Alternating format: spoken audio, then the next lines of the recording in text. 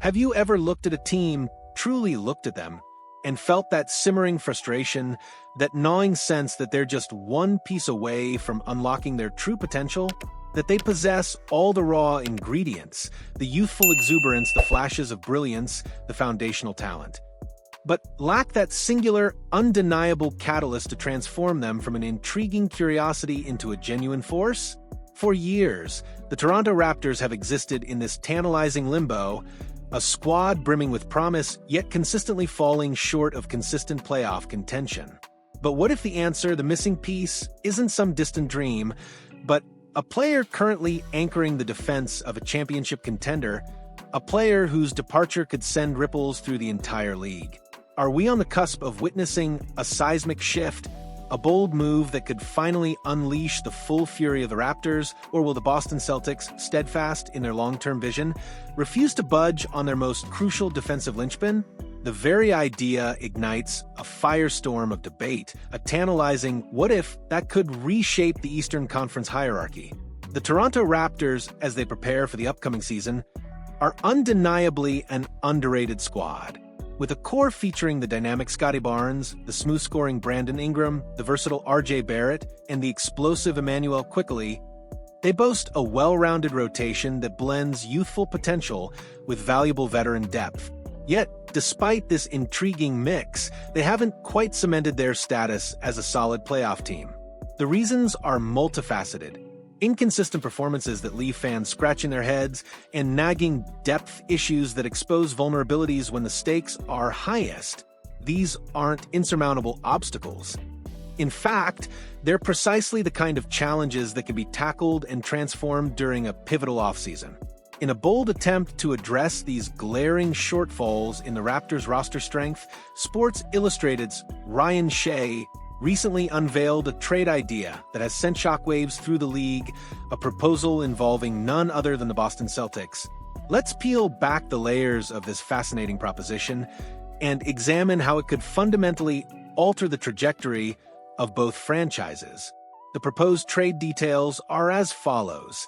The Toronto Raptors would receive Derrick White, the Celtics' defensive maestro and quietly potent offensive threat. In return, the Boston Celtics would acquire RJ Barrett, a promising young wing, along with a 2026 first-round pick and a 2028 first-round pick. On the surface, this is an incredibly interesting trade idea, one that, with careful consideration, could genuinely satisfy the needs and strategic objectives of both teams involved.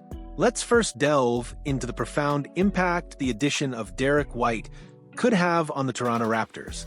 By parting ways with RJ Barrett, Toronto immediately creates a significant need at the shooting guard position, a void that Derrick White is uniquely equipped to fill, and then some. There are quite simply very few guards in the entire league who possess the two-way competence and consistent impact of White. Since joining the Boston Celtics, White has steadily, almost imperceptibly, blossomed into one of the most prominent two-way players in the NBA.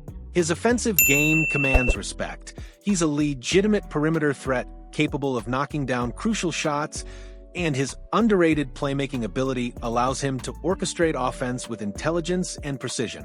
But it's on the defensive end where White truly shines, where he transforms into an equally potent, relentless force. He consistently draws the toughest assignments, hounding opposing guards, navigating screens with uncanny agility, and disrupting passing lanes with uncanny anticipation. Last season, White's statistical contributions underscored his immense value as he recorded an impressive average of 16.4 points for 0.5 rebounds and 4.8 assists per game, all while shooting a highly efficient 44.2% from the field and a respectable 38.4% from beyond the arc. These aren't just numbers, they represent the consistent, high-level production of a player who has solidified his place as an integral part of a championship-contending rotation. The 31-year-old has not only cemented his spot in the Celtics starting lineup, but has also gained invaluable experience as a starter on a team that has consistently competed for and recently won an NBA championship. This experience, this championship pedigree, is precisely what the young Raptors desperately need. White would effortlessly carve out a prominent position for himself in Toronto, likely slotting in alongside Emmanuel Quickly in the backcourt. In this pairing, White would undoubtedly share playmaking duties, leveraging his high basketball IQ to create opportunities for himself and his teammates. When you factor in his elite defensive impact, he would become a rock-solid anchor for the Raptors, complementing the versatile Scottie Barnes and the reliable presence of Jakob Poeltl in the frontcourt. Beyond the tangible on-court contributions, Derrick White brings something even more invaluable to a young, developing team: necessary veteran leadership and championship experience. His calm demeanor, his unwavering focus, and his proven ability to perform under pressure would make him an ideal presence in the Raptors' locker room. He could serve as a mentor to the younger players, guiding them through the rigors of an NBA season and instilling the habits and mindset required to win at the highest level. With White in the fold, the Raptors wouldn't just be adding a talented player, they'd be acquiring a foundational piece, a leader who could genuinely help them cement their status as a legitimate, consistent playoff team. But what about the other side of the equation? Does this trade hold similar merit for the Boston Celtics? The answer, surprisingly, is yes, particularly when viewed through the lens of their current strategic direction. The Celtics, having recently undertaken a massive salary-shedding exercise this offseason, are clearly in a phase of retooling and, to some extent, a rebuild. They've had to be incredibly mindful of their financial flexibility and future assets when making deals. In this regard, acquiring a player like RJ Barrett, while not directly helping them shed salary, brings in something arguably even more valuable for a team looking to the future: significant draft capital. The addition of the 2026 and 2028 first-round picks would be invaluable for the Celtics. These assets would allow them to replenish their draft capital reserves, which have naturally been depleted during their championship pursuits. Boston has shown a clear preference for such deals, prioritizing future flexibility and the potential to acquire young talent through the draft. This aligns perfectly with an outlook that acknowledges the cyclical nature of NBA contention and the need to always be building for what comes next. Acquiring RJ Barrett also has its own distinct merits for the Celtics. While he may not be the defensive-minded stalwart that Derrick White is, Barrett possesses a wide array of offensive skills that could be viewed very positively by Boston's front office and coaching staff. Apart from being a capable scorer, Barrett is an incredibly talented playmaker, a trait that was honed and developed during his collegiate career at Duke.